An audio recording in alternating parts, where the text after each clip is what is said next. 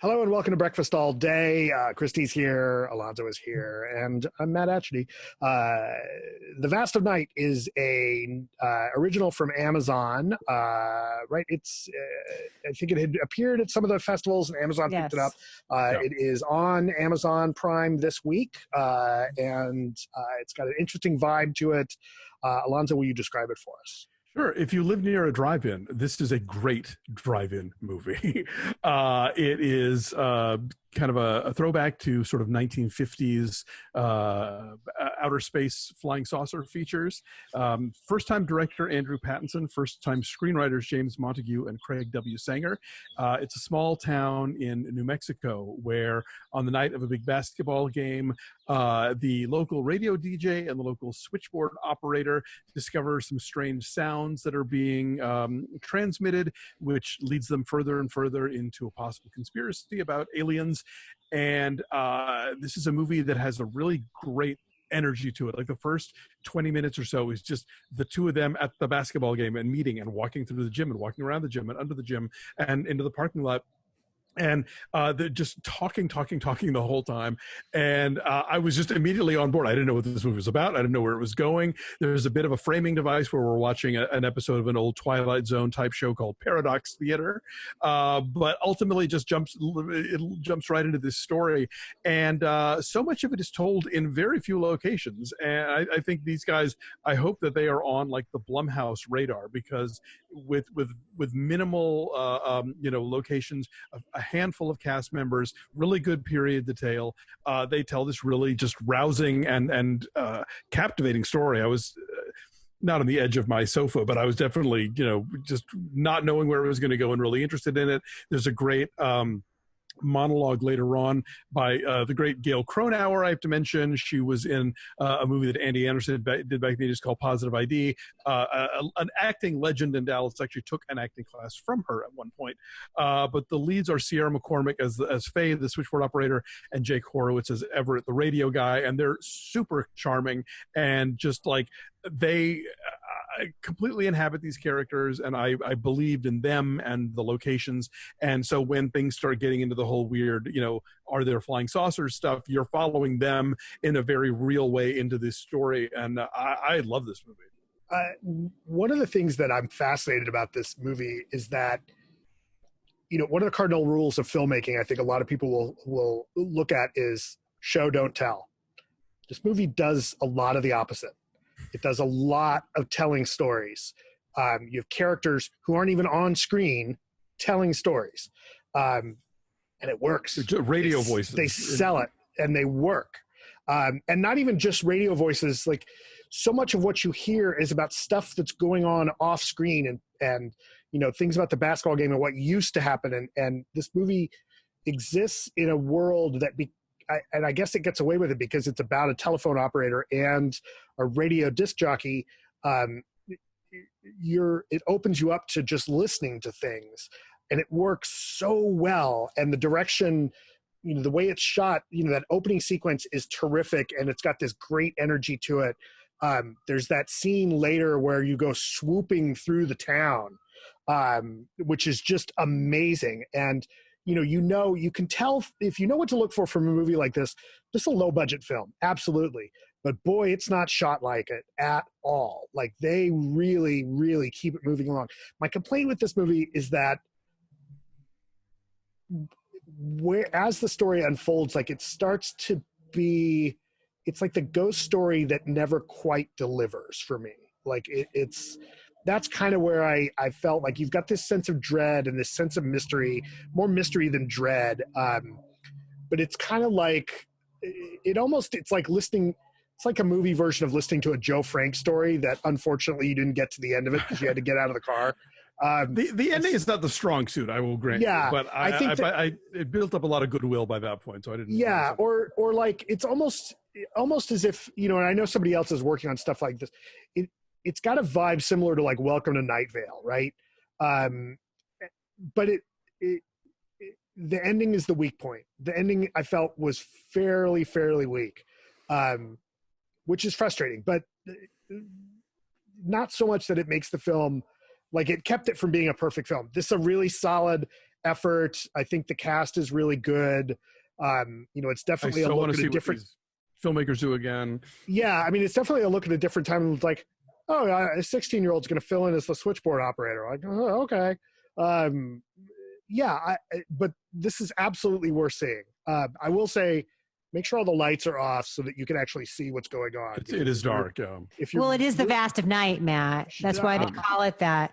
I'm very much with you, Matt, in that I really, really admire the ambition of this. I admire it as a sustained aesthetic exercise. And I appreciate how much they accomplished with so little. This was a Spirit Award nominee for Best First Screenplay. And it is innovative. It takes from certain genres that we know very well and breathe some life into them with the way it's shot. I'm a sucker for a long tracking shot, as you guys know. And so as Alonzo pointed out, like that whole beginning is like, it's like a back and forth, like through the parking lot, in the gym, back out of the gym, talking to people into the radio station. Did you guys notice what the call letters were of the radio station? WOTW?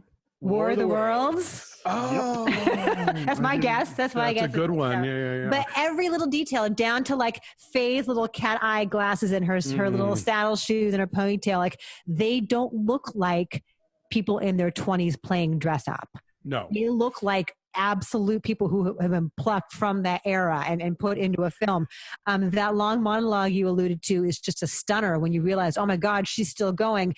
And this is also sort of a cool bit of camera work. They are pushing in on her ever so slightly. It is almost imperceptible, but you realize you're on the edge of your seat because they're pushing you there. They do that with Faye. They do that with Faye when she starts getting all those calls too. Yes. And they do it super It's slow. really subtle. Yeah. I so appreciate there's such commitment to this aesthetic gimmick, right? And I love it for that. For a first film, I love that they've just gone for it. There's not a lot of there. Even I saw this movie about 8 months ago and I was like, okay, it's cool.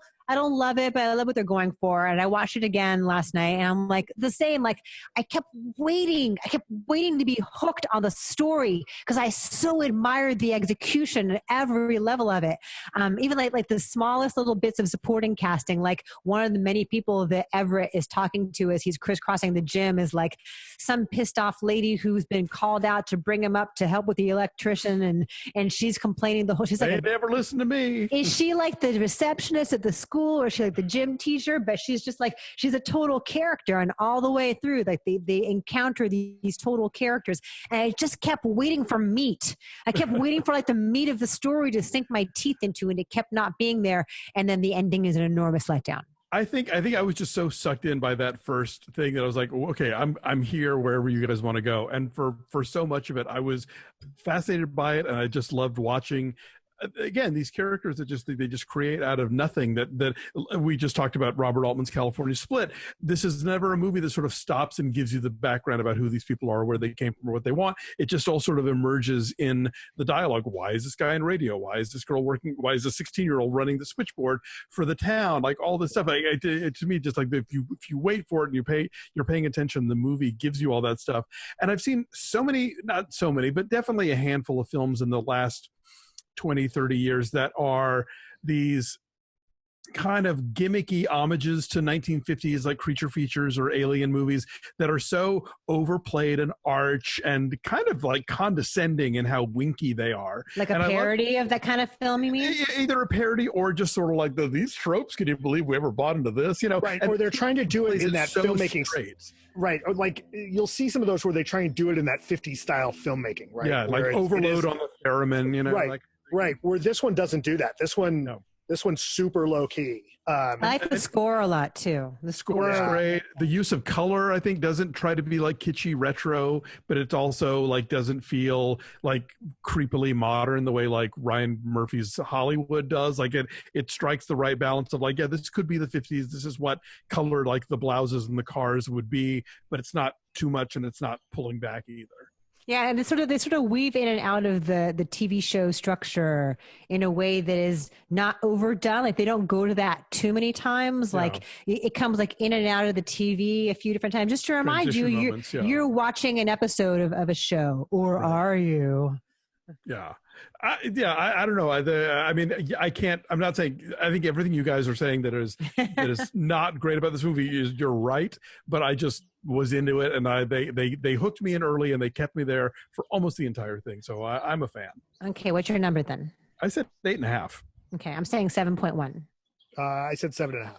Okay. So 7.7 is our number. This is on Amazon now. So if you have Amazon Prime, it is free. It is, and you should.